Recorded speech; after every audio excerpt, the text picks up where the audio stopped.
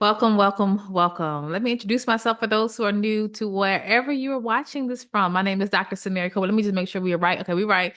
I am Dr. Samaria M. Colbert. I am a founder of an organization called Kingdom Creative Counseling. I'm a licensed therapist and I have been in the field. It'll be 20 years next year. I haven't always done therapy. I've done therapy for about, I want to say, of the 20 years, maybe 14 years. Um, but yeah, but I've been in the field of the mental health field in general, over close to 20 years. I am passionate about writing. I love writing. That is the number one obsession of mine. I've written, working on book number 95, y'all. Ain't God good? I never thought it happened to me, but it did. And I did write these books, not Chat GPT or any other AI, whatever you call it. I wrote them. I love me purple. That don't sound right. I love me some purple. Purple's my favorite color. What else about me? And I love Jesus most of all. I love Jesus. We're going to go on an interesting topic today. And what we do is not therapy, is called the private sector versus the public sector.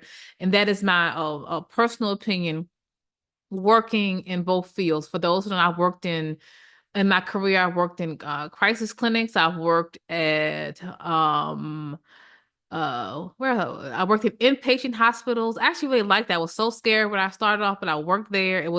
It's considered public sector because it was publicly funded. The hospital that I used to work at many years ago has since shut down.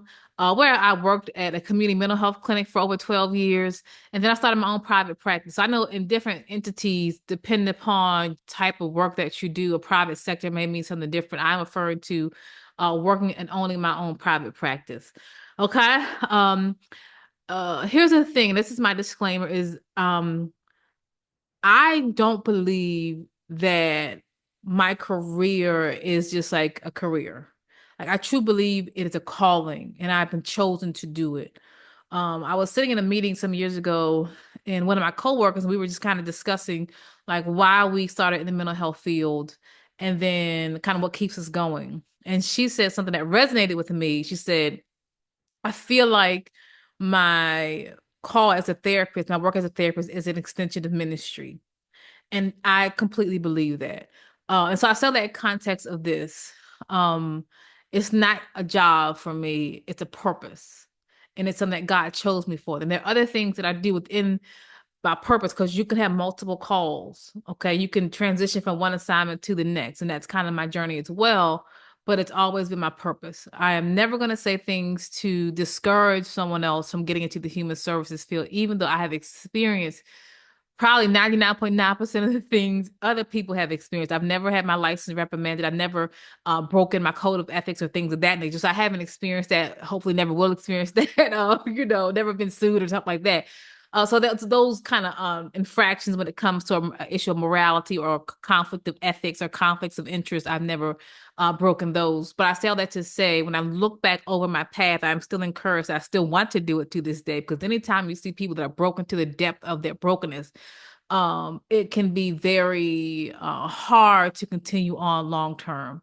And particularly which is the difference between private sector versus public sector, I'll talk about the severity of the types of pain that you will deal with or experience in other people when you are working in this field and you've done a diverse work. Anytime you work in public sector, it's going to be a lot harder than private sector. But I just truly am grateful for my experiences, even the hard ones. I still like to say again, I'm not going to throw anyone under the bus. If you're looking for that kind of like tea and that you leave corporate America or you leave your previous job and you have these horrible experiences.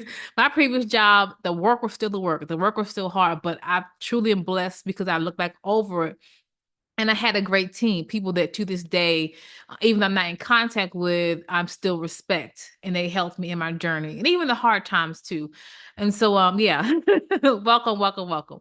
Um, I personally don't think that you should go. This is my personal advice. This is my disclaimer. Please, I am one person in a field of thousands who have a different take. Someone may disagree. You're free to respectfully disagree. And if you disrespectfully disagree, I'm free to respectfully block you. However, Just you have to say it nowadays. I personally don't think you should go into graduate school, personally straight into owning your own private practice. I know people who've done that. That was not my journey. I didn't even start my sorry y'all. If y'all hear that, if you hear that click, we're gonna ignore that phone call. I personally don't think you should go from graduate school straight to owning your own private practice. The reason why I truly believe I'm excellent in the field and able to do what I do with excellence is because of working in that we call it SPMI clients, severe and persistent mental illness, working in community clinics, working in crisis, working with people who wanted to their lives, and working with people who have come out of prison and spent years there. Like I work with so much diverse people. It teaches you one not to be judgmental. It teaches you to show up and lead without a title, without a platform, without a position, without a audience. You understand? Because what I do here, when I see lives change here, it's the grace of God on my life, and I'm not the end all be all. I'm just someone that's a part of someone's journey for a very short period of time. But you do. I don't. Where was I going?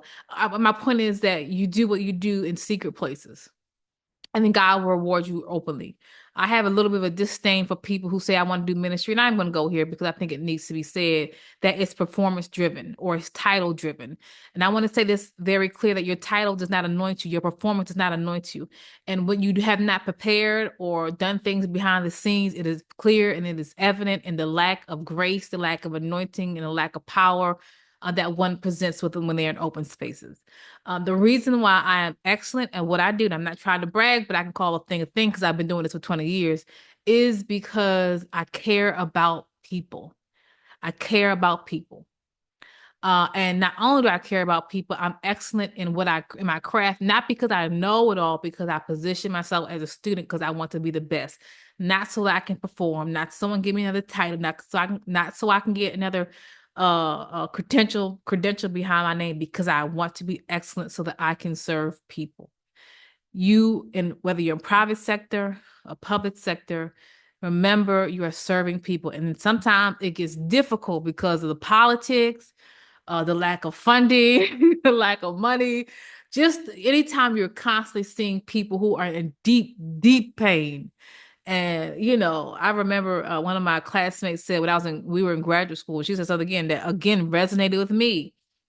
She said we went through a 2-year program after our bachelor's degree, 2-year program to get our master's degree. And she said something I thought was so real. She said, I just feel like I don't have so much enough information to be able to operate in this field because it's so vast. Um, and I felt that way. I don't feel that way now because I always say no matter how much I know, I'm never going to be the expert. I'm always going to position myself to be the student. And then when I have to show up as the trainer or the leader or the supervisor or whatever context, I'm coming from a place of I still want to learn. I still want to grow. I haven't gotten burnout and bitter and just gotten to the place where I just can't do it anymore as far as on the type of work I do. Okay. So let's get started here today. I'm gonna give you some advice. Like I said, I'm never gonna throw you on the bus. And I hope I encourage people to start going into the field. It is gonna be difficult, honey. The paperwork alone is difficult. um so I know I'm kind of rambling. Let me go back to something I said. I said that this is an extension of ministry. It is a part of our code of ethics, which is why what I say on here, that's stuff that I talk about on here is not, it is not, it is not therapy. But it's a code of ethics that we cannot impose our biases, our beliefs, which includes our faith. We can't impose that onto other people.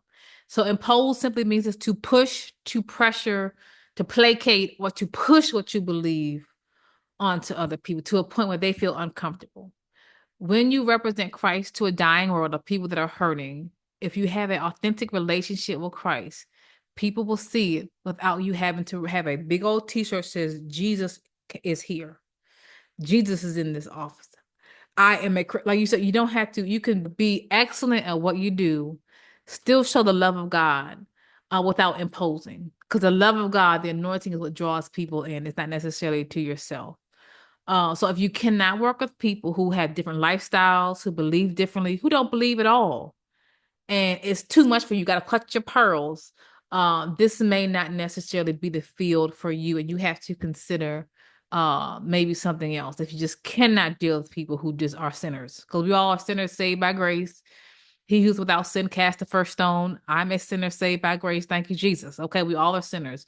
But if people sinned and their proclivities and their something you would, if you got to snob your nose up at people because they think differently than you, then you have to consider the field. Another thing I will tell you on the opposite end is there's no personality type.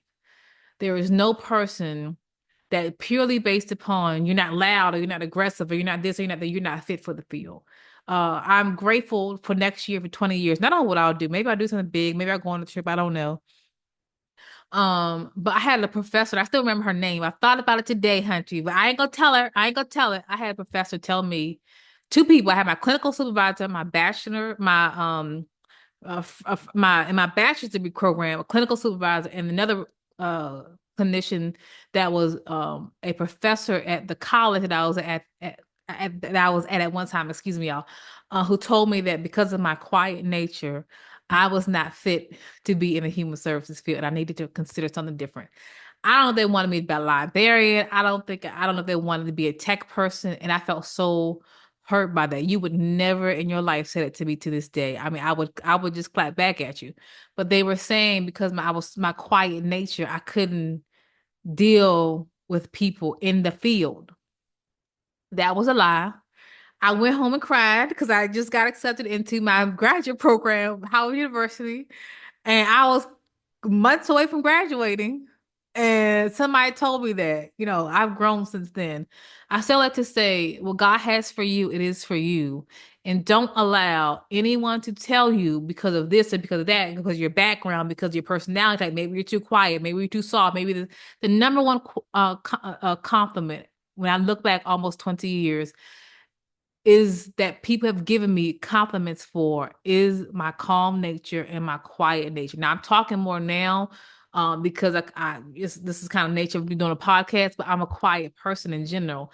And the number one compliment that I've gotten was how my personality really helps people a lot. Like if you could, I've even when I work inpatient, I've had clients that be going off the wall and they just woo, woo, woo. When I'm my quiet nature, I listen to people.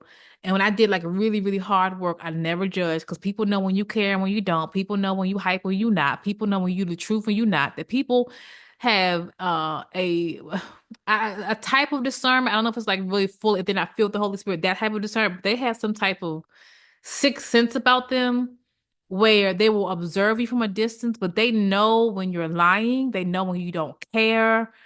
They can sense it on you. What is it like it's not a discernment, like an intuition, particularly when people are broken and traumatic. They are looking for people who care about them. It doesn't mean you have to be a pushover, but people know when you fake. They really are. And you don't have to have everything all together. You don't have to know everything, but you do have to genuinely care about people. And I can't stand when I got a joke or smile in my face. Are I can't stand it. I be seeing people that are fake. When I say fake, I'm not talking about in my mind fake. I'm like, they lying and telling half truth. You really not trying to do what you do because you love it or because you love people. You just trying to make money. Like it just be anyway. Let me not go there. Okay, so anyway, so just care, all right? And be studious, be kind, but care. And that's the posture of the heart. So, okay, that was my intro, okay? But these, like I said, this is my opinions and my opinions only. Okay. So what's the difference between, in my opinion, of doing public sector work versus private sector? Remember, private sector, private practice for me, public sector. I've worked more. I've started my private practice in 2017. But prior to that, I've only worked in different public sectors. Okay. So let's talk about public sector first, and I'll kind of compare and contrast. For public sectors, you meet a diverse group of people. And the benefit of that is that you can hone in on your clinical skills. to be able to assess, treat, and diagnose. That's what a therapist is, which is different from a coach. You can be a coach in a couple of weeks. You have to have at least 6 to 8 years worth of experience in a therapy role to be trained to be a therapist. That means you go undergraduate, graduate school, then you're provisionally licensed, then you go under your clinical licensure, and then you can sit for your clinical license. And so, to be fully licensed, it will probably take about I want to say almost 8 years, depending upon the quickness that you can get through your program and your clinical hours. Everyone's clinical hours are different. I don't even remember because I've had my license like a long time. Okay, but you get to work with diverse group of people, and it helps you to hone in on your skills. When I was working in inpatient, we didn't necessarily diagnose the clients. Okay, that was the psychiatrist alone. When you get into your other places like other environments, again, that could completely change because many years ago did I start off in an inpatient hospital. At that time, the psychiatrist only assessed and diagnosed. Now, at that time, at that environment, now it's different. And so I say that to say you learn how to treat and access and treat people accurately, but you learn different types of personality types, and you are able to have a really good learning environment where you can learn treatment but effective diagnoses. Okay, so in order for us to effectively treat you, we got to effectively diagnose the problem. So if you are struggling with post-traumatic stress disorder, I diagnose you off with like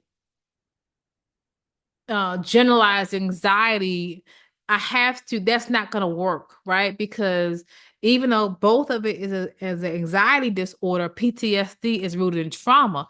So when I'm coming up with my treatment goals, my treatment plan, and we're doing this together, I can't treat it the same as like a generalized anxiety versus a PTSD. I have to look at the severity of the PTSD. Is it chronic? Is it severe? Is it so I say that to say you in the public sector, because you're constantly meeting with so many different types of people, it helps you to hone in on your ability to assess and treat and diagnose individuals. And again, that is a very subjective statement because every environment that you work at is going to be different. Okay, if you have an environment where you have a good clinical supervisor, or where they can kind of sit down and say, hey, this is, where it's a good learning environment versus a mill with one person, it's going to be different. So for me, I've learned a lot about working in inpatient. I learned the differences between like someone who has schizophrenia versus schizoaffective disorder versus schizoaffective disorder, bipolar type, and like the nuances. You learn the DSM, which is our diagnostic manual. For those who don't know, you learn it a lot more. Indeed, this is a little miniature version. You learn it a lot more in detail because you see it played out in the clients. You know the difference between a psychotic disorder versus traumatic disorder. You just learn a lot more because you're constantly in a learning environment and you're seeing so many different people and how that plays out in their lives. And it helps you once you are able to effectively diagnose an issue, you can have a better ability to treat it because you've appropriately assessed for it. I have to be a thorough assessor. And I say it's a little bit better in the public sector than the private sector because when you're working for yourself, no one really, you have to adhere to the standards of your profession, but you don't necessarily, I don't have a clinical supervisor. I don't really need one at this point personally, but you don't have that same checks and balances of someone who's really helping you to learn and grow you. Okay. Public sector is good or bad is extremely busy. Paperwork changes like that. You think you're doing something and you can have people don't understand. Like people will get mad at the therapist, and I'm getting making general statements for not turning, for not like reading all their emails, but they don't understand. I got this amount of paperwork. I gotta finish this. I gotta do this referral. I gotta call this It's like the paperwork is massive, and you gotta get it done by this time. It's like boom, boom, boom. Like I remember I worked for this one place. Okay. And they had an assessment that had to be turned in within 24 hours. And that bad boy was 27 pages. So now the last place I worked at, it was long, but that 27 and they had to turn it within 24 hours. Now you figure one person, one assessment turned it. Now, what happens is you got like, I remember I had like one, two, three, four, lunch, five. I mean, boom. Like I had a whole schedule full of people. All of them were assessments. And I had to turn this bad boy in. When I tell you the level, the monstrosity, Jesus. Now I can do it like this. Like, you know what I'm saying? Because you had to put the paperwork. I can do it. But my God, I thank God for the difference. So talk about writing people's story and being effective like that. Anyway, the company changed. It was bought out and all that kind of. So the assessments ended up not being as long. But that bad boy was 27 pages. If you're a I'm not a psychologist, I'm a licensed therapist, but psychologists who do more intensive testing, if you know, you know, right? So I'm like, man, and you had to get a thorough story of this. I mean, everything but the kitchen sink. You gotta ask them every question. And then, right? So, how much time I got? Oh, and then the client doesn't know that you're under the gun. You got to turn this in. So you really just have to kind of make them feel warm, make them feel comfortable, and be present with them. But in the back of your mind, thinking, okay, let's move on to the next question. Okay, well, tell me how. And so I've learned how to do call concurrent notes. That means you literally sit there and either you're writing or you're typing, but still like I can literally have a conversation with you and be typing at the same time. I don't do that because people would count that paperwork, y'all. If you know, you know about that paperwork. You do have more challenging clients. Remember, there's SPMI. Again, may have changed that completely. That's severe and persistent mental illness. You got the DD population, which is developmental disorder. Developmental disorders are not the same as mental health disorders. You get, but then you got just people who have a mental health condition. You got people who have severe chronic issues. You got people with severe and chronic health issues. You got people on glucose and medication. I mean, I want to present a good picture. I'm just telling you. And so you have more challenging clients because when you work in the private sector, you can kind of specialize a lot more in the types of clients you want to see. Most of my clients are working individuals. They're not necessarily severe and persistently mental health related. There may be mental health issues like anxiety, depression. I see a lot of people with stress, but to the level of severity is not the same as it is in public sector. Okay. Again, you don't get to specialize as much. Everything is under time crunch. And when you get orders from your supervisors or they are under their own time crunch. So they don't really have a I shouldn't say they don't care. I'm pretty sure they care, but they don't have there's nothing they can do about it. Like when you gotta have this paperwork done and turned in, you got to have paperwork turned in. Like everything is under a time crunch. It feels like one, two, dun, dun, dun, dun. So that's why you see a lot of people, if you work in the public sector, you'll see a lot of turnover rate, believe it or not. Like I said, the last company I worked for, I was there for 12 years. So God gave me grace for it. God will give you grace for any way you want to go. But there is a time crunch for everything. Now there's a same time crunch for private practice or private sector, but remember, my assessments are not nearly as long. I mean, literally not as long. The severity of the clients and what's going on with them is not like I don't have to do case management. I don't have to call schools. I don't have to go sit and meet. I don't have to do any of that. And I still had the same time crunch because like if I got certain Medicaid clients, I still had to turn in my paperwork because that's a Medicaid regulated thing, but you figure I don't have as many time crunches and stuff like I don't have to be I have a time crunch, but the level of paperwork and all that kind of stuff and the severity of my clients, it's kind of evens itself out. Okay. More management, which is a good and a bad thing. Okay. It's a good and a bad thing. This is what I say because I have a whole nother passion about leadership. I have a doctorate in Christian organization leadership, and so that's a whole other side of my career that it does have something to do with therapy, but it's not necessarily my main bread and butter. I do see, for those who don't know, in my private practice, I dedicate my private practice to individuals who are in leadership positions. I see a lot of bivocational leaders. Where when I was working in the public sector, my main vein was trauma. So I was anyone traumatic trauma, and I just kind of switched gears. So I said that in context of this. When you anytime you in an organization that's full of people, you will have leaders who are in position that are not really leaders. Okay. And that's it. There's a difference between a leader versus a manager. Okay. Um, and so leaders are what knowledgeable, but they're committed to your growth and development. That means giving you resources, giving you tools, being good teachers, versus management. And I have a little bit of pet peeve when we identify people.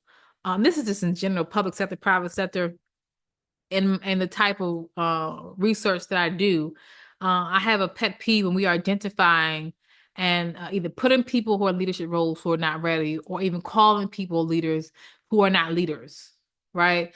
There's a whole other ball game, or we're not training people or poorly training people, and then wonder why our organizations are not going well. And that is because you have identified or given someone the title of a leader where they don't have the skill set, they don't have the heart, they don't have nothing that qualifies. Maybe in the future, anyway. So that's a whole other topic for a different time.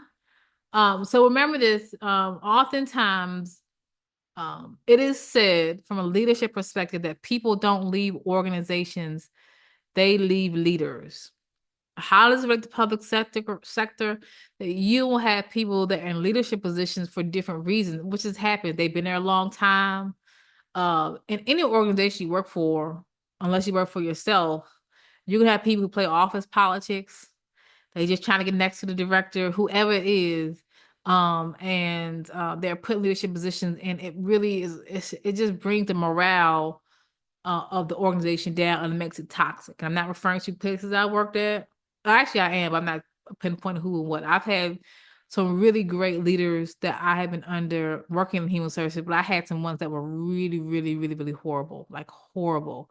I've sat under in Jezebel, not my last organization, but I've sat and wanted to leave my career in general when I dealt with the Jezebel. I used to work at a different community clinic, let's say in a different county. So it wasn't in the county I'm in. Well, I'll just say I Wake County. I used to work in a different clinic in Wake. It was the worst experience in my entire life. And the director that was over there, I shouldn't even say it, but it's true. This has been years ago. So it was a horrible, horrible, horrible, horrible, horrible, horrible person. I'm sure Jesus loves her. Yeah, I was struggling with that. But horrible. And so sometimes people are put in leadership positions they don't qualify for. They don't have the heart of a leader. They don't have the skill set of the leader. They just play office politics. They can be jealous of, because you got these degrees. It just gets real weird. When you work in the public sector, people do play office politics. That's just the truth of the matter of. For me, it was never my journey. I just felt like if I show up, I did good work, and my work would reward me, and that my numbers would show it. Period. So I don't play. When I say I do not play politics, I don't care who you are. Let's go there. I don't care who you are. I respect everyone. I'm not title driven, and I don't chase anybody. So I don't play office politics. I will never get another job. I'm never gonna get another job personally working in a clinic. I just don't. I plan on working for myself solely. But hypothetically speaking, let's say I wanted to. Maybe I want to get a job at Cone Health. Maybe I want to get a job someplace else. I want you to understand. I will never play office politics. I will never play people politics. I'm never going to use people to get put on. I will never play church politics. I don't play politics, period. And I don't chase anybody because I don't have to, because I am chosen by God. And when you're chosen, you don't have to play games with people. So I still like to say, in any environment, even if it's in the human services field, you will have people who play politics. I would encourage you to stand on your own integrity, stand on honesty, be the best that you can be for the sake of being good, be integral for the sake of being integral. That's your heart posture, and God is the one who will promote you, right? Um, uh, there's a scripture that says promotion does not come from the north, the south, the east, or the west, but it comes from God. And so you do things with excellence unto God, regardless of what people say, and regardless of who plays the politics to get put on. And in due season, God will promote you wherever He wants you to be. And I truly believe that the reason why I'm here, and some people may not like it, and I have my own private practice, and I'm successful in business. Doesn't mean I'm perfect. I'm not wealthy, hunty, but because I handled myself with grace and integrity. So when God transitioned me, it was a smooth transition. More accountability. You do have more accountability, and you have more trainings. Like it's like for me, there's I think two other therapists that work like in the office that I'm in. Okay. But we're entrepreneurs. This person, I think she's like right in front of me. I may have saw her face once or twice. There's someone who's around the corner. People like her, but we're kind of in isolation because we don't work for each other. We don't know each other. So it's not the same as like when you work for an agency and you just see another therapist across the way, like, hey, have you heard about this? Or have you heard about this program? Or can you show me how to do this? Or what do you think about this? Or you have more people that you can kind of that specialize in different areas and you can kind of chime off of them. It's a team environment a lot more. When I was in graduate school, they had us working in teams. I didn't like because I was like an introvert. An introvert, you want to work alone. But there's more of a team environment, and there's more people who can hold you accountable. There's more people that you can glean from that help to particularly when you have good-hearted people that you work with. You have people that can not only hold you accountable, just you meet some really good, like really just good-hearted people. Like most people don't go into human services field saying, "I'll make a ton of money." Like I'm here because I'm gonna be a baller shot. Like people don't do that to serve people, right? And so I still like to say there's a part of it that in the at the core of it all is that we got into the field because we wanted to help and we wanted to serve people. And people that are dedicated to serving other people in whatever capacity it is, and they want to help other people, they do it from the kindness of their own heart. It's just a different vibe. Now again, you got toxic work environments and such that does happen. But at the core, people are good people. So that was the public sector. I'm kind of rambling, but that's good. Let's do private. Private sector, obviously, I love it now. There was a bit of a transition. So you go back to my YouTube, I have a playlist about like starting a business and things of that nature. But there's less community involvement. Okay. You have more autonomy. I could never identify myself uh, when I worked at a clinic as specializing in working with leaders at that environment. That's just not, community clinic it's not a place where people who are running businesses and serving others and my clients here would never have showed up at my community clinic. They just wouldn't. So I was able to have more autonomy when God opened my eyes to a different sector. There's a lot less paperwork. Okay. There's a lot less paperwork. There's a lot less interaction with the community. There is a group that meets here regularly, I think like once a month, of all the clinicians that are not all of them. They kind of give us an e-blast. I had not been able to come to one of those meetings because while they are uh, at the time they're having their once a month meetings, that's the time. That's prime time for me in my private practice. So I saw that there's less community involvement. You don't have, you know, you don't have somebody's social worker calling you for the most part. I mean, every now and again, I may have a social worker that's referred. I don't get people referred from the course, but I used to get a lot of people referred from the course at the clinic. I don't have a lot of people. I don't have anybody on probation. Like, I don't have to talk to the right lawyer. Like, every now and again, I may get people, and I don't make judgment calls on custody issues. So every now and again, somebody, why not put that in my paperwork, not over here.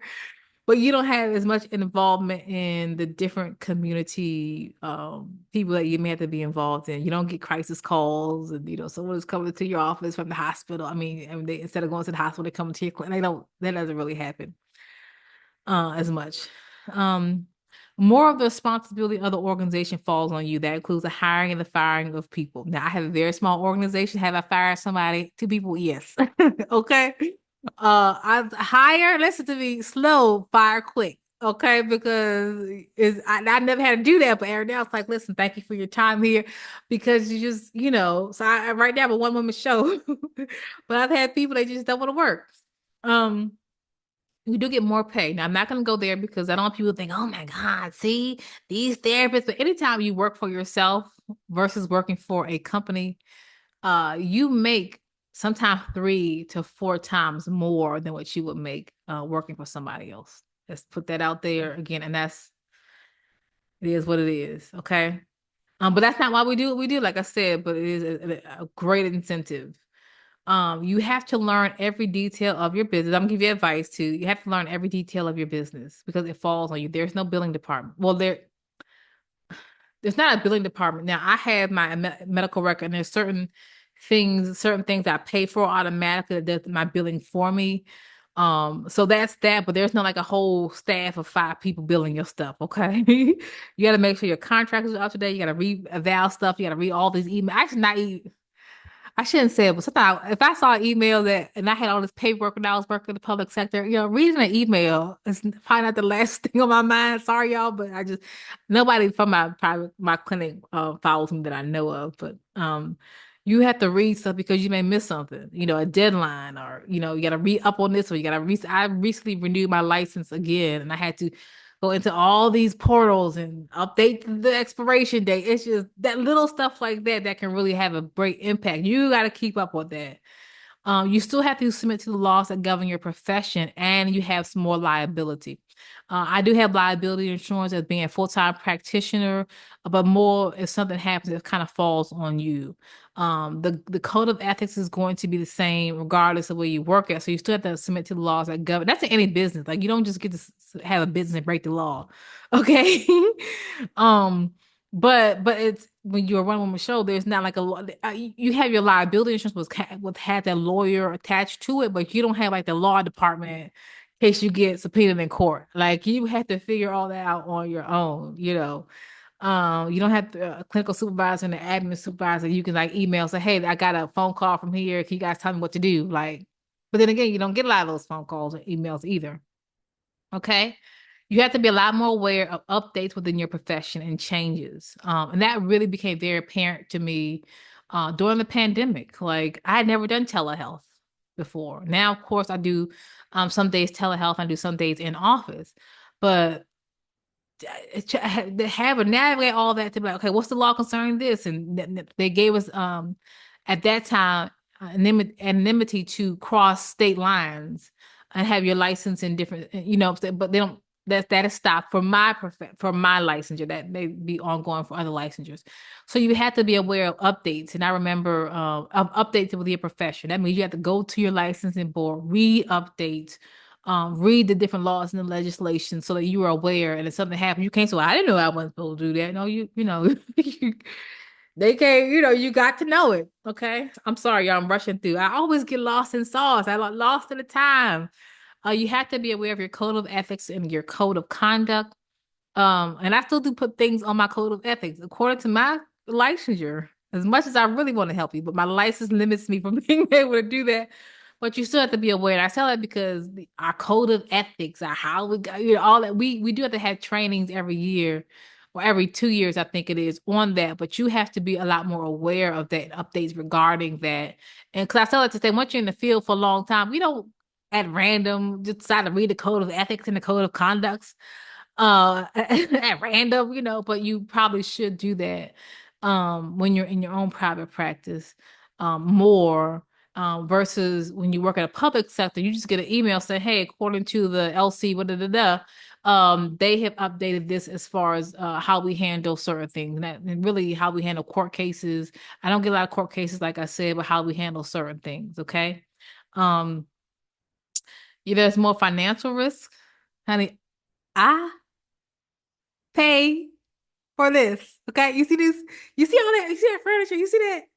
Who paid for it? Me. Okay. Me and Jesus. Well, I should say the business, but there's more financial risk, but there's also more financial benefit. You are a lot more isolation than others. I to caveat that I joined a lot of online therapy platforms that are of other therapists who are in the field who own their own private practice, and I do keep up every now keep updating with that. But you do a lot more work in isolation versus having a staff or a group of people. And again, that's going to change. Remember, this is me, one woman show, but it's gonna be different. Like if you're running your own private practice with a staff of five or six people or things like that, or more, however that works. And I do know of other therapists who do really well and they have a staff. I'm just not quite there yet. Okay. You do have to have more of a business mind and find ways to market your business. And I said that because I was really discouraged. Not discouraged. What's the word I'm gonna look for? I didn't know a lot of therapists who did private practice. And a lot of them, in my experience, were a little more deterred from it because they don't teach us the business side thing. They don't teach you marketing when you decide to start the private practice. We learn effective ways of treatment, and we still have to continue to learn that. But business, having a business mind and keeping track of taxes and keeping track of your contracts and negotiating contracts, I had to learn all that as I go. Like I had to learn that based upon my credentials, I could negotiate a insurance contract and I do contracts. I do those when I do insurance contracts, I do EAP contracts, and I do out of pocket pay. But there's some clinicians who don't want to do any of that and they do all out of pocket. Okay, and there's one is not better than the other. But I decided very early on I did want, but so learning insurance contracts alone. Okay. And I thought they give you a contract about this big, okay? And you gotta read the fine lines, making sure you can do what they ask you to do. But I didn't know I could negotiate contracts. I had this one contract and get up, my time is up. I'm rambling. But it was the reimbursement rate was very little. Okay. And I had to go back to them and I signed the thing. Don't ever do this, sign a contract without really thinking I needed to negotiate. And we can't discuss our reimbursement rates with other clinicians. That's a part of most insurance contracts. So I said, wait a minute here. So I emailed and figure out how to, I said, this is too low. And I was able to renegotiate a higher rate. But I still like to say that's a business mindset, looking at your contracts, figuring out what you don't know, what you do know, making sure that your private practice meets the standard of their profession, make sure it's handicap accessible, stuff like that. Those are things that you probably have never learned in school. And then ways to market your business. Like I still don't do that. I still don't do good at that at all. But my business is flowing and going. And so I'm grateful to God for that. But you do have to have more of a business mind and keep track of certain things that you wouldn't otherwise have to do. And again, when you work in the public sector, your check comes depending on when you get paid once a month or once every 2 weeks or something like that. When you're private, I mean, your public, that was public, right? Did I say that right? Yeah, public.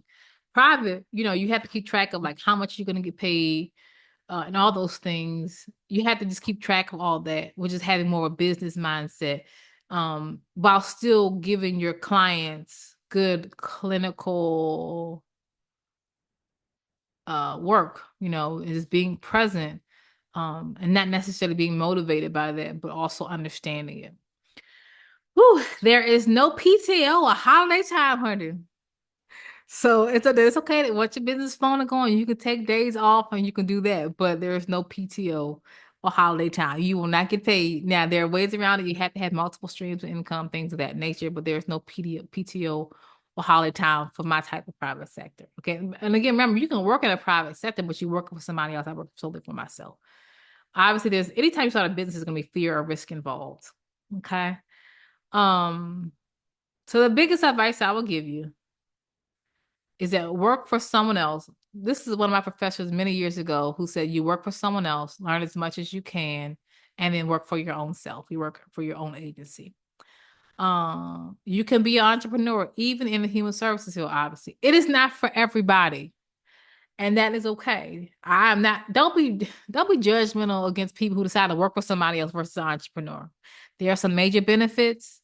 You can make that transition. I do not work full-time hours, but I get way over full-time pay. I say all that to say, for me, the benefits outweigh the risks. Okay. Remember that you're not gonna be able to please everyone. and you're not going to be liked by everyone. People will find something not to like you about. That is not. I've always had good relationships with my clients, always. But every now and again, I had someone recently, and again, I'm not disclosing any personal information about this individual. You don't know who I'm talking about. My medical record is automatic. So it'll automatically give you text message of your appointment. It'll automatically remind you of your copay once I put that information there. Well, she emails me and says, I'm sorry, I didn't like the way you keep emailing me about my copay. And she canceled her appointment. You got to just take you can't get involved with the emotion because she was implying that I'm, money hungry. I needed her copay.